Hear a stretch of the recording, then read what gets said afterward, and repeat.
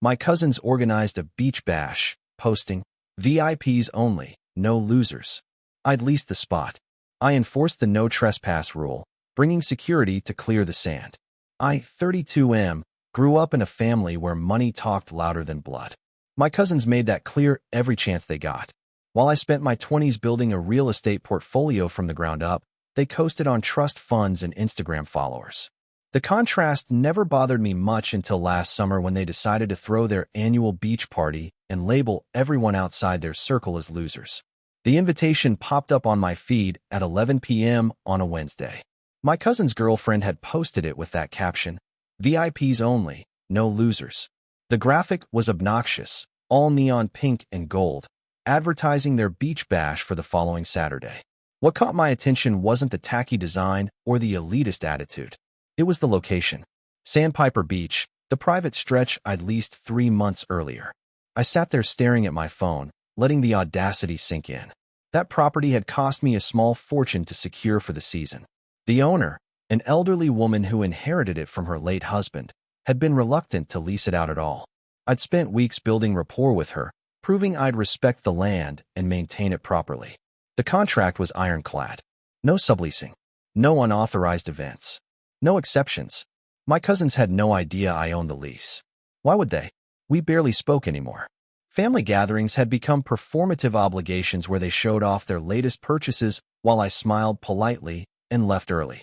They assumed I was still the broke college kid scraping by on scholarships, not the guy who'd turned a rundown duplex into a thriving property management business. The post had over 200 likes already. People were commenting about how excited they were, asking what to bring, promising to show up. My cousin responded to each one with emojis and inside jokes. The entitlement radiated through every pixel. They'd picked someone else's private property and claimed it as their party venue without a single conversation with anyone who mattered. I called my property manager the next morning. She confirmed what I already knew. No one had requested permission. No one had even inquired about availability. They'd just decided that beach was theirs for the taking. My manager asked if I wanted her to send a cease and desist. I told her to hold off. An idea was forming, one that felt more satisfying than a legal letter they'd probably ignore anyway. I spent Thursday and Friday making arrangements. The security company I contracted with specialized in property protection and event management.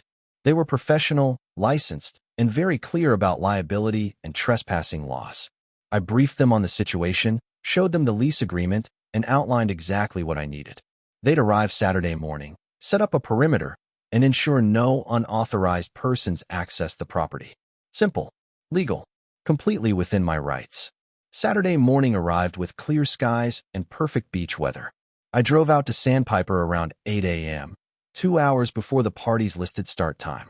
The security team was already there, setting up barriers and posting no trespassing signs at every access point. The lead guard, a former police officer named Marcus, walked me through their plan. They'd verify everyone who approached against a list. Since I hadn't authorized anyone, that list was blank except for my name. The first guests started showing up around 9:30. I watched from my car, parked at a distance but with a clear view. A group of 4 came down the beach access path carrying coolers and beach chairs. Marcus intercepted them politely but firmly. I couldn't hear the conversation, but I saw the confusion on their faces. One of them pulled out their phone, presumably checking the invitation. Marcus pointed to the signs. After a few minutes of back and forth, they turned around and left. This pattern repeated a dozen times over the next hour. Each group arrived excited and left bewildered. Some got angry. Marcus remained calm, explaining that this was private property and they needed to leave immediately or face trespassing charges. A few tried calling my cousins. Those calls went unanswered because my cousins weren't there yet. They were probably still getting ready, taking pre-party photos for their social media. They arrived at 11 a.m. in a convoy of expensive cars. My cousin and his girlfriend led the pack, followed by his brother and sister and their respective partners. They'd brought speakers, a portable bar setup, decorations, even a photographer. The whole production screamed excess and entitlement. They parked along the access road and started unloading, laughing and shouting to each other about how perfect the day was. Marcus approached them before they reached the sand. I got out of my car and walked closer, staying just far enough back to observe but close enough to hear if things escalated. My cousin's girlfriend saw the barriers first. She stopped mid-laugh and pointed them out. My cousin's face shifted from confusion to irritation in seconds. Marcus introduced himself and explained the situation. This was private property. They didn't have permission to be here. They needed to pack up and leave. My cousin laughed like it was a joke. He said his family had been coming to this beach for years. Marcus remained professional, explaining that didn't matter. The current leaseholder hadn't authorized their presence. That's when my cousin asked who the leaseholder was. Marcus gestured in my direction. Everyone turned. The recognition was delayed but spectacular. My cousin's girlfriend's jaw dropped. His brother looked like he'd been slapped. My cousin himself went through several emotions at once: confusion, disbelief, anger, then something that looked almost like fear. I walked over then, keeping my expression neutral. My cousin immediately started talking, calling my name, asking what this was about, saying surely there was some misunderstanding. I let him finish. Then I pulled out my phone and showed him the lease agreement. I explained that I'd secured this property months ago. I'd paid for exclusive access. I hadn't authorized any events. What they were attempting to do was illegal trespassing, and I was well within my rights to have them removed. His girlfriend tried a different approach. She said they didn't know, that if they'd known they obviously would have asked permission first. I asked if that's why their invitation said VIPs only and no losers. She flushed red and started stammering excuses. My cousin's sister chimed in, saying it was just a joke, that I was being sensitive, that family should support each other. I found that particularly rich coming from people who'd spent the last decade treating me like I was beneath them. I mentioned that, keeping my voice level. I brought up every subtle dig, every dismissive comment, every time they'd made it clear I didn't measure up to their standards. They all got quiet. The photographer was still filming, which was perfect. My cousin tried switching to anger. He said I was being petty and vindictive. He called this a power trip. His brother agreed, saying I was letting whatever chips I had on my shoulder ruin everyone's fun. I asked if they'd feel the same if someone threw an unauthorized party at one of their properties. That shut them up because they knew they'd call the police immediately. Marcus interrupted to say they had 5 minutes to clear the area or he'd document them for trespassing and potentially press charges on my behalf. That got them moving. They started grabbing their stuff, angry and embarrassed. Guests who'd been watching from the parking area helped load the cars. Nobody was laughing anymore. The vibe had shifted completely. My cousin's girlfriend tried one last appeal as they packed up. She asked if I was really going to let a misunderstanding destroy family relationships. I told her the relationships had been damaged long before today. This was just the first time they'd faced consequences for their behavior. She didn't have a response to that. They left in a procession of expensive cars, trailing music and wounded pride. I watched them go and felt something between satisfaction and sadness. This wasn't how I'd wanted things to end up. But they'd made their choices, set the tone for how we'd interact, and then acted shocked when I finally set a boundary. Marcus asked if I wanted them to stay for a while in case anyone came back. I told him to give it another hour just to be safe.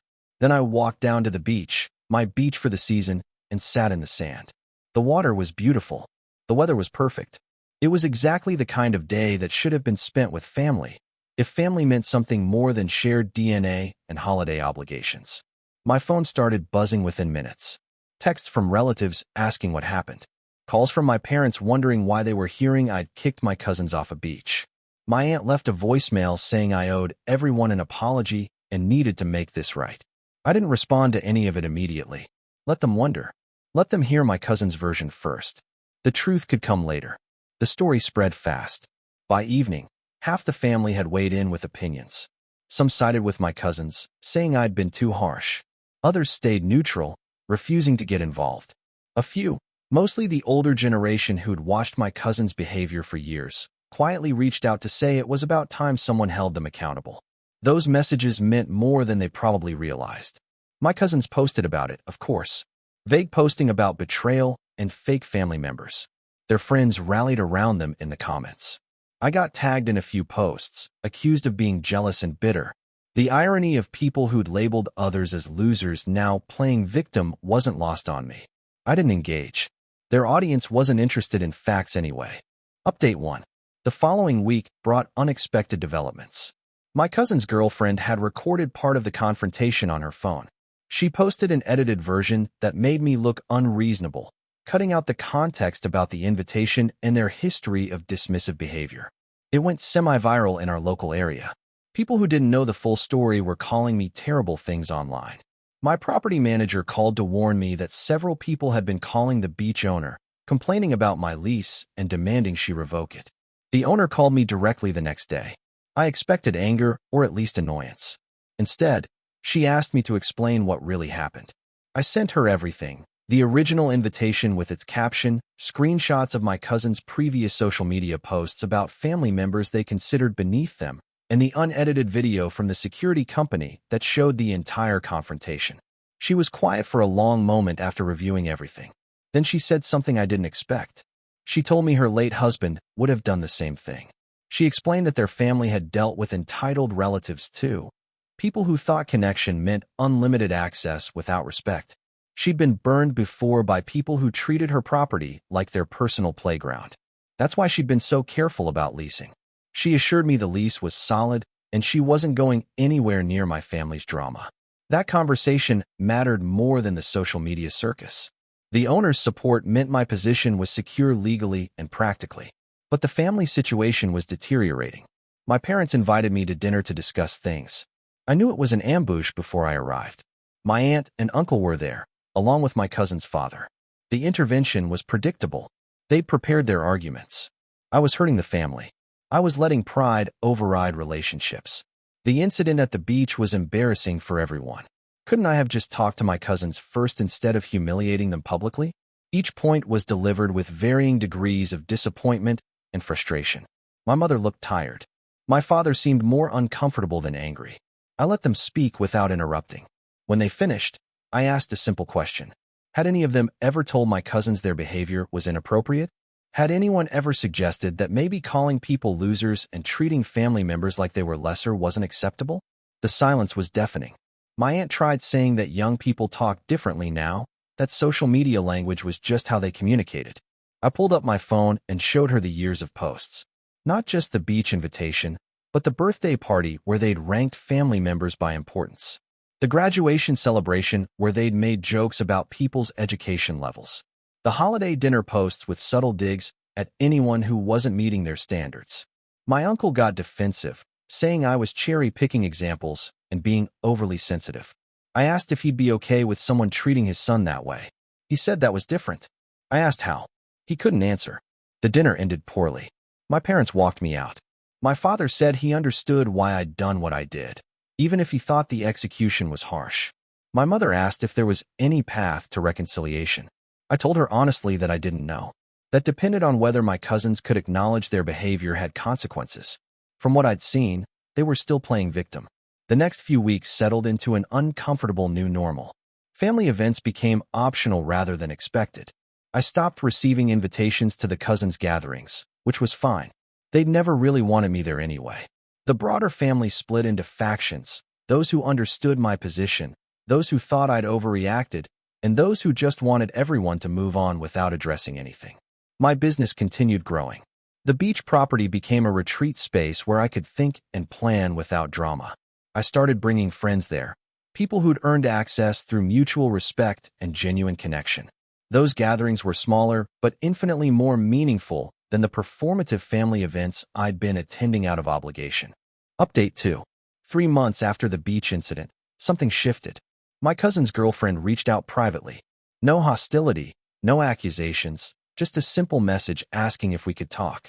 I was skeptical but agreed to meet at a neutral coffee shop. She looked different, less polished than usual, like she'd been doing some thinking. She started by acknowledging the invitation's wording was inappropriate. She admitted they'd been thoughtless about who might see it and what it communicated. Then she said something that surprised me. The public nature of what happened at the beach had forced her to reconsider a lot of behaviors she'd normalized. People had started treating her the way she'd treated others. Friends had begun excluding her from things without explanation. She'd experienced the dismissive attitudes and subtle rejections she'd previously dished out without thinking. It was humbling, she said. She wasn't asking for forgiveness or trying to fix everything immediately. She just wanted me to know she was beginning to understand. I appreciated the honesty even if I wasn't ready to rebuild anything. I asked if my cousin felt the same way.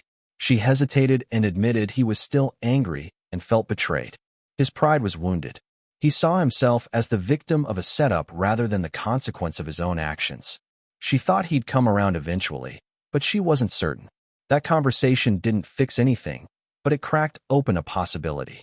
Not reconciliation necessarily, but at least acknowledgement that the dynamic had been unhealthy. Whether that would lead anywhere remained unclear. My cousin's brother reached out next, months later. His approach was different, more defensive, but with glimpses of recognition underneath. He said the family missed having everyone together. He asked what it would take for things to feel normal again. I told him normal was the problem. Normal had meant accepting disrespect as family culture. Normal had meant swallowing hurt feelings to keep peace. If we were going to rebuild anything, it needed to be on different terms. He seemed to understand that, at least intellectually. He promised to talk to his siblings. I told him I wasn't holding my breath, but I appreciated the effort. The beach lease ended after that season. I chose not to renew it. The property had served its purpose, given me space when I needed it, and become a symbol of finally setting boundaries. But continuing to hold it felt like holding on to anger, and I was ready to let that go. The family dynamics never fully recovered. Some relationships healed partially. Others remained distant. My cousins and I reached an understanding that we'd be civil at mandatory family functions, but wouldn't pretend to be closer than we were. Their social media became slightly less obnoxious, though that might have been maturity catching up rather than lessons learned.